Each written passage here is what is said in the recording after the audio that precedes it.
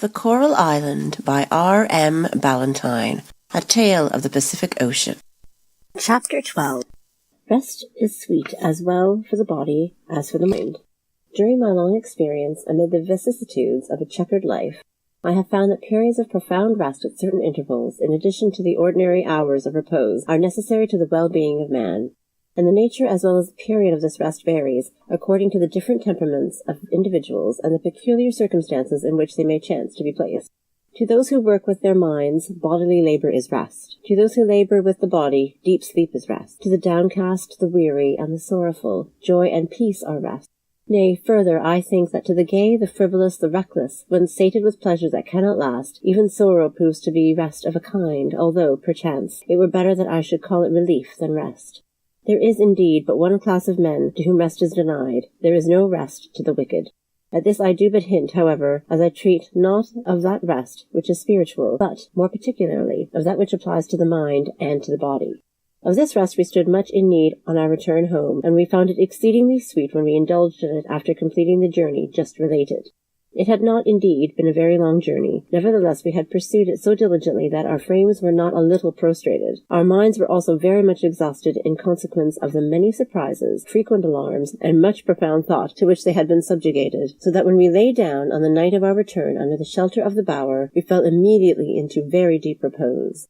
I can state this with much certainty, for Jack afterwards admitted the fact, and Peterkin, although he stoutly denied it, I heard snoring loudly at least 2 minutes after lying down. In this condition we remained all night and the whole of the following day without awakening once, or so much as moving our positions.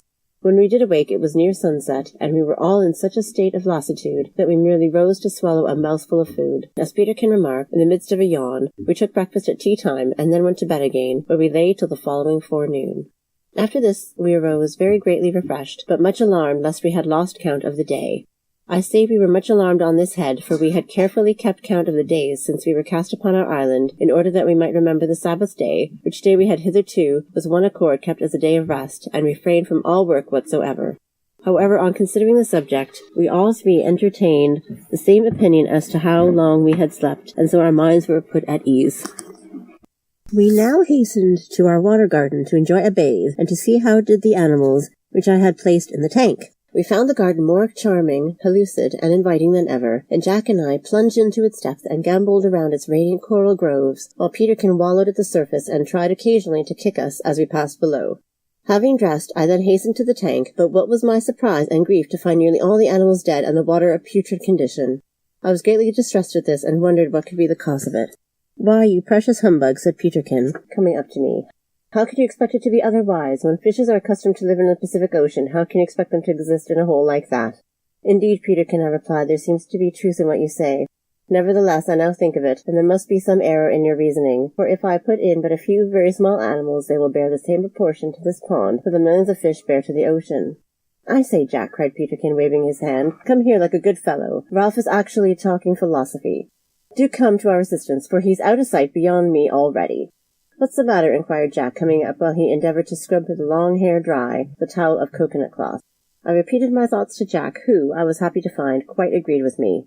"Your best plan," he said, "will be to put a very few animals at first into your tank, and add more as you find it will bear them. And look here," he added, pointing to the sides of the tank which, for the space of 2 inches above the water level, were encrusted with salt. "You must carry your philosophy a little farther, Ralph. That water has evaporated so much that it is too salt for anything to live in.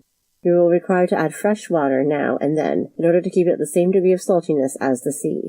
"Very true, Jack. That never struck me before," said I. "And, now I think of it," continued Jack, "it seems to me that the surest way of arranging your tank so as to get it to keep pure and in good condition would be to imitate the ocean in it. In fact, make it a miniature Pacific. I don't see how you can hope to succeed unless you do that." "Most true," said I, pondering what my companion said. "But I fear that will be very difficult." "Not at all," cried Jack, rolling his towel up into a ball and throwing it into the face of Peterkin, who had been grinning and winking at him during the last 5 minutes. "Not at all. Look here, there is water of a certain saltness in the sea. Well, fill your tank with sea-water, and keep it at that saltness by marking the height at which the water stands on the sides. When it evaporates a little, pour in fresh water from the brook till it comes up to the mark, and then it will be right, for the salt does not evaporate with the water. Then there's lots of seaweed in the sea. Well, go and get 1 or 2 bits of seaweed and put them into your tank. Of course the weed must be alive and growing to little stones, or you can chip off a bit of the rocks with the weed sticking to it. Then, if you like, you can throw a little sand and gravel into your tank, and the thing's complete." "Nay, not quite," said Peterkin, who had been gravely attentive to this offhand advice. "Not quite. You must first make 3 little men to dive in it before it can be said to be perfect, and that would be rather difficult, I fear, for 2 of them will be required to be philosophers. But hullo, what's this? I say, Ralph, look here. There's one of your crabs up to something uncommon. It's performing the most remarkable operation for a crab I ever saw, taking off its coat, I do believe, before going to bed." We hastily stooped over the tank, and certainly were not a little amused at the conduct of one of the crabs which still survived its companions. It was one of the smaller common crabs, like to those that are found running about everywhere on the coasts of England. While we gazed at it, we observed its back to split away from the lower part of its body, and out of the gap thus formed came a soft lump which moved and writhed unceasingly. This lump continued to increase in size until it appeared like a bunch of crab's legs, and indeed such it proved in a very few minutes to be, for the points of the toes were at length extricated from this hole in its back, the legs spread out, the body followed, and the crab walked away quite entire, even to the point of its little nipper claws, leaving a perfectly entire shell behind it, so that, when we looked, it seemed as though there were 2 complete crabs instead of 1. "Well," exclaimed Peterkin, drawing a long breath, "I've heard a man jumping out of his skin and sitting down in his skeleton in order to cool himself, but I never expected to see a crab do it." We were, in truth, much amazed at this spectacle, and were the more so when we observed that the new crab was larger than the crab that it came out of. It was also quite soft, but by next morning its skin had hardened into a good shell. We came thus to know that crabs grow in this way, and not by the growing of their shells, as we had always thought before we saw this wonderful operation. Now I considered the advice which Jack had given me about preparing my tank, and the more I thought of it, the more I came to regard it as very sound and worthy of being acted on. So I forthwith put his plan in execution, and found it to answer excellently well, indeed much beyond my expectation, for I found that after a little experience had taught me the proper proportion of seaweed and animals to put into a certain amount of water, the tank needed no further attendance, and, moreover, I did not require ever afterwards to renew or change the sea water, but only to add a very little fresh water from the brook now and then, as the other evaporated. I therefore concluded that if I had been suddenly conveyed, along with my tank, into some region where there was no salt sea at all, my little sea and my little sea fish would have continued to thrive and prosper notwithstanding. This made me greatly to desire that those people in the world who live far inland might know of my wonderful tank, and, by having materials like to those of which it was made conveyed to them, thus be enabled to watch the inhabitants of those most mysterious animals that reside in the sea, and examine with their own eyes the wonders of the great deep.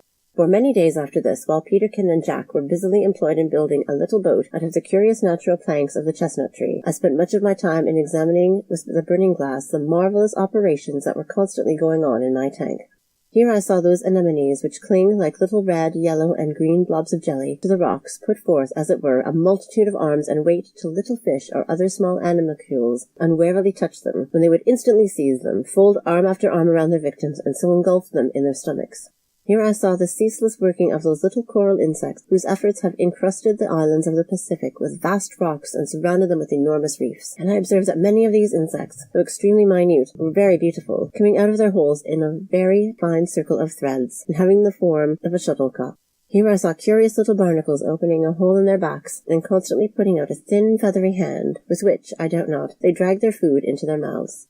Here also I saw those crabs which have shells only on the front of their bodies, but no shell whatever on their remarkably tender tails, so that, in order to find a protection to them, they thrust them into the empty shells of wilks or some such fish, and when they grow too big for one, change into another.